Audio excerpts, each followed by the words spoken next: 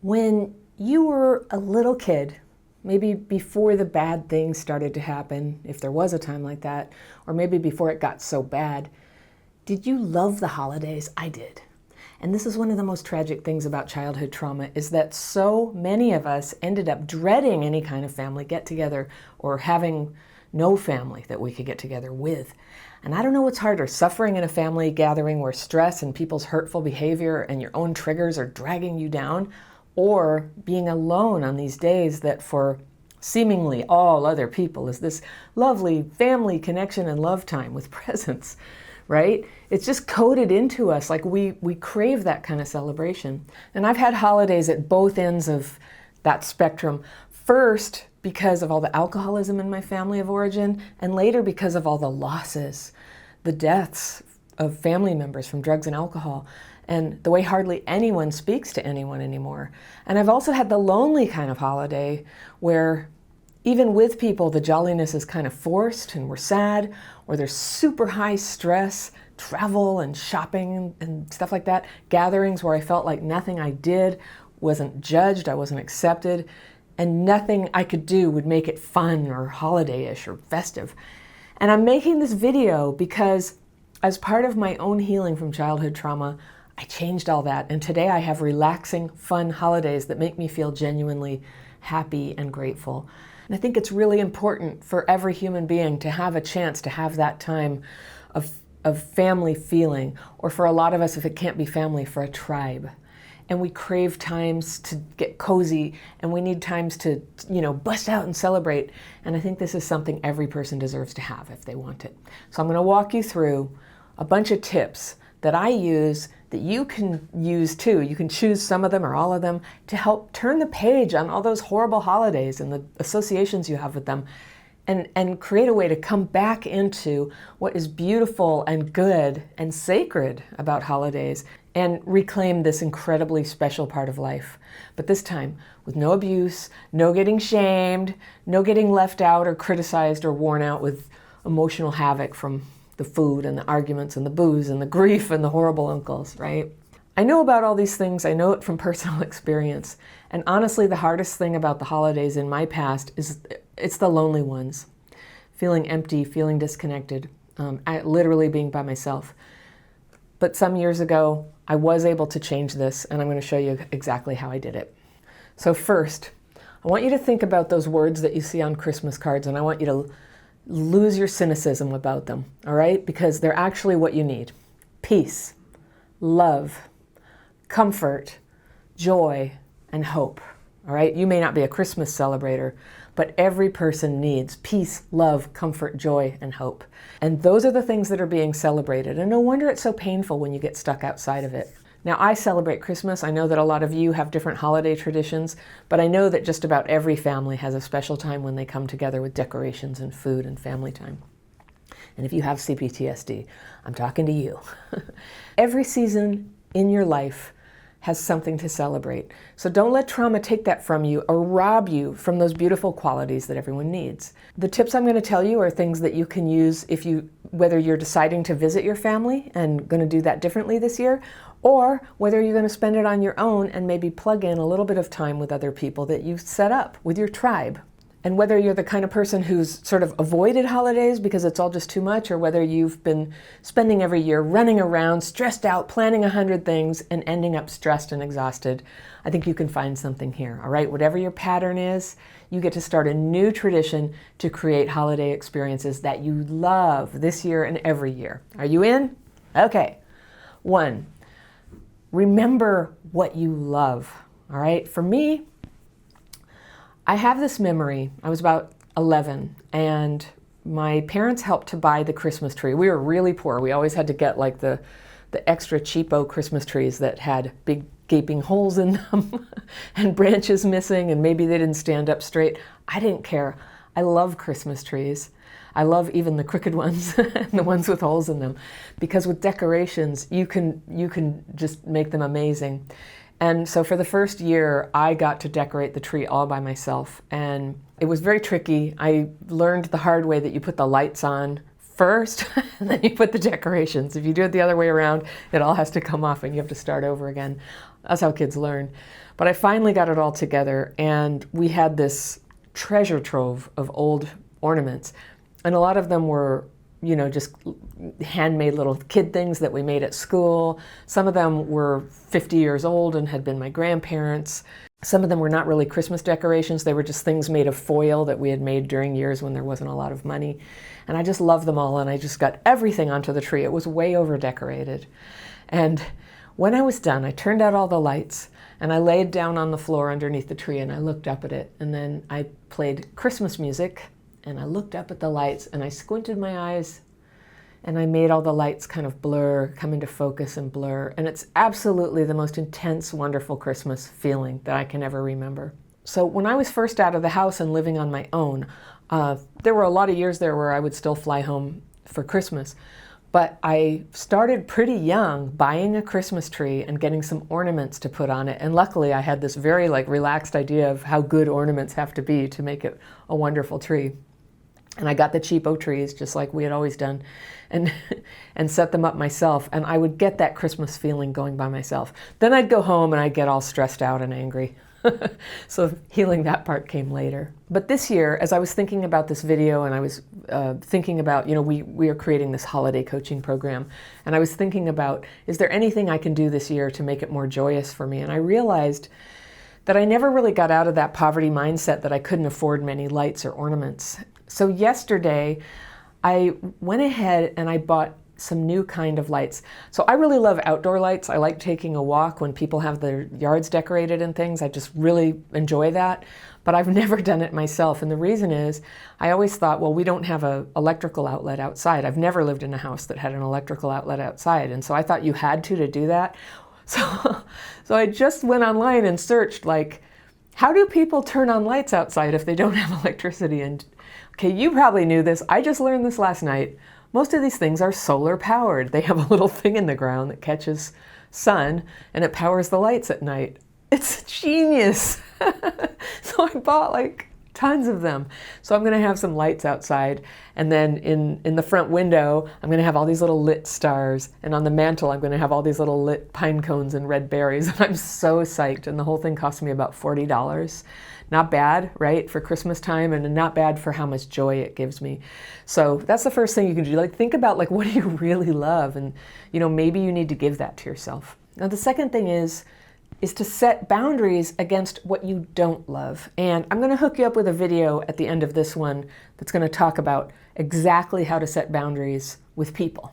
All right, with people, especially family, if you go home for a visit, and how to take care of yourself if you decide to do that. These are tips you can use with any kind of situations that are challenging for you, even if the people are wonderful. If you have CPTSD, gatherings can be hard. So that's coming up. But you need to set boundaries against what you don't love about the holidays, and maybe it's just particular for you. You want to know the weird thing I really hate about the holidays? Shopping. I hate it all year round. I don't like being in malls. I end up dysregulated in about 30 minutes there. So if I can't just get in and get out, I'm having a really bad day, and I end up dehydrated and exhausted. And trying to make decisions about buying stuff ends up getting all tangled up with, old fears that, I can't afford it, and I can afford to buy presents for people.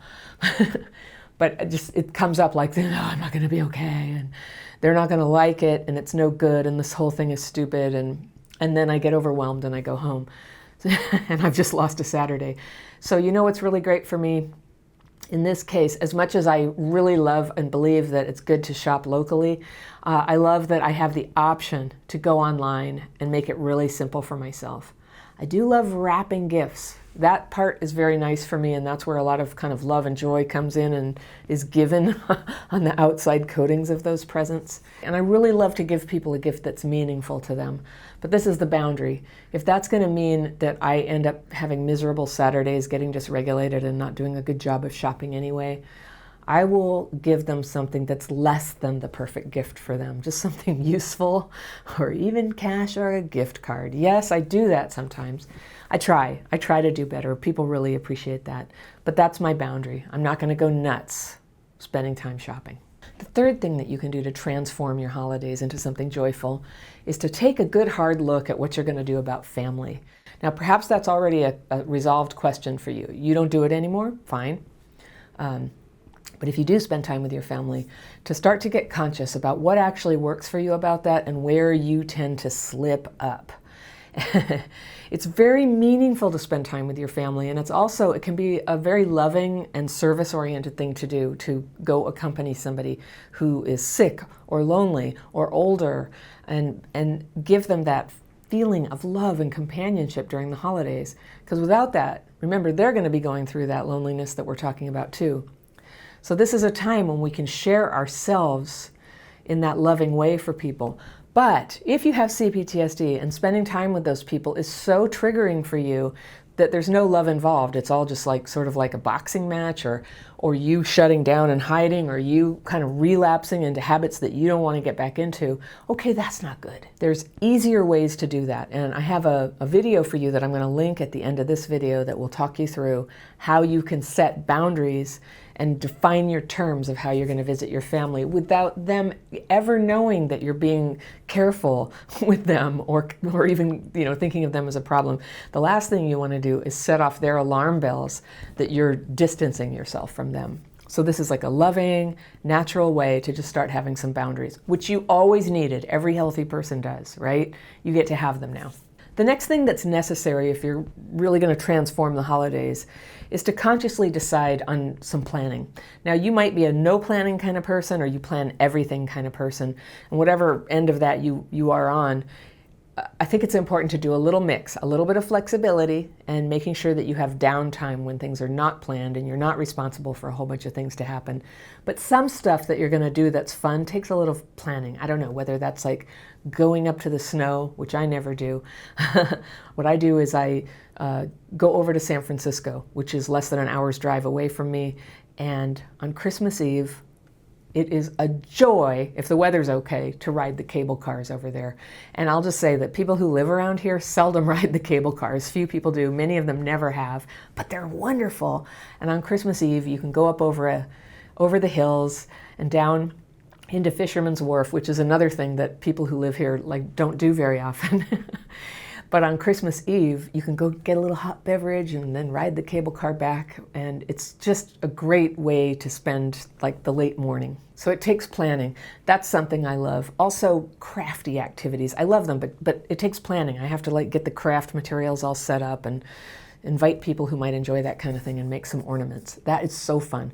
Also, baking. This year is going to be tricky because I'm trying not to eat baked goods, but this is the time of year we make a lot of cookies from our ethnic heritage, which is Norwegian. We make tons of Norwegian Christmas cookies. We give them to people. I haven't decided yet. I'm going to sit down and plan, how are we going to do that this year so that it doesn't end up being a big opportunity for me to just lose the way that I'm trying to eat right now, even though these things are really special and I want to be able to give them. All right, the next thing to do, make sure that you have built into this period of time some fun, not just obligation, not just self-punishment, but fun, things that are fun.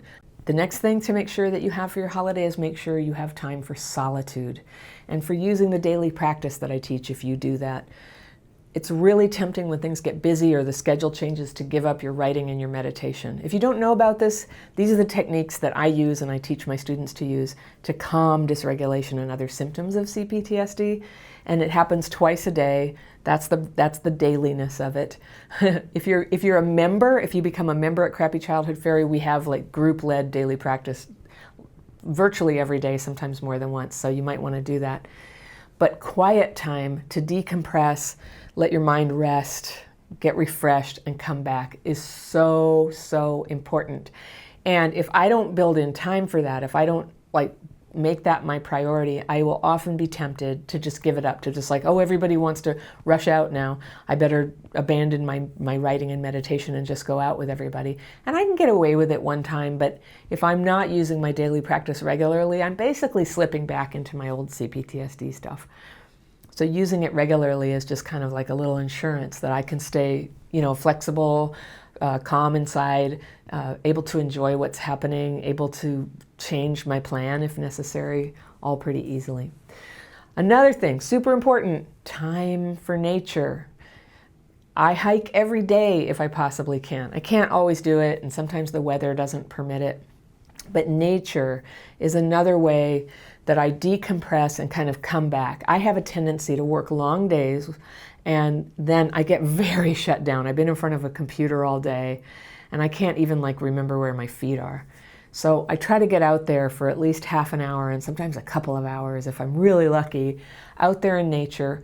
And sometimes I'm listening to a book on tape or something, but I do try to spend time with nothing coming in my ears, just smelling, noticing, seeing. If I can do it with a friend, great. If I can do it alone, just as good.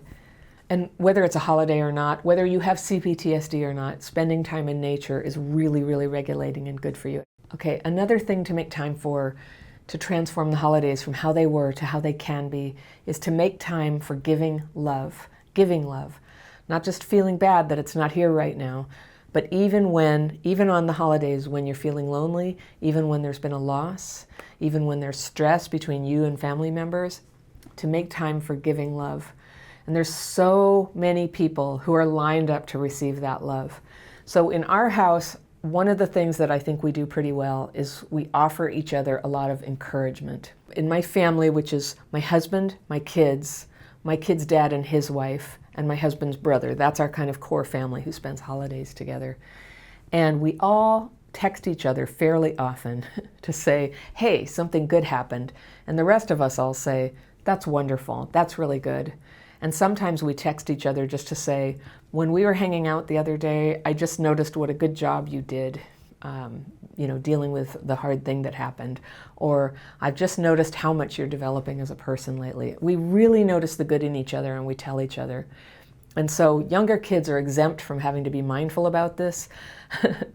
And we never have had to make anybody do it, but you kind of create a culture that works this way by leading it. So if you don't have those kind of people around you yet, you can start to plant seeds for it by being that person for them, just sharing encouragement. It's very contagious. Just think about how contagious it is when people give discouragement, right? When you hear a lot of discouragement, and a lot of what we look at on the internet or on TV, it's negative and discouraging, right? So we counter that. We counter that by sharing love through encouragement. You can also share love with gifts. That's one way of doing it, but it's not the only way. It's not mandatory. I try to think if there's anything that people would really like, but mostly what I'm thinking about in terms of presence is what will help them feel like I see them and I get them and I appreciate them. That's the most important thing, and not necessarily what's the most valuable thing or the appliance that they're missing. And for the next circle outward, like outside my core family, I try to find something delightful and colorful, something cheerful. And this could be stuff like gardening kits, beautiful notebooks and colored pens, crafty things. I'm trying to get away from giving sweets for the benefit of other people, but if I think they'd really like it, I'm not opposed. Something cheerful. All right, so here's one that's pretty important to most people. You don't have to stick with the way you've always done it, but time for feasting. Feasting means eating special foods that are all about this season. So you can do that in a healthy way. You can do that in a way that your family always did it. You can do it in a new way.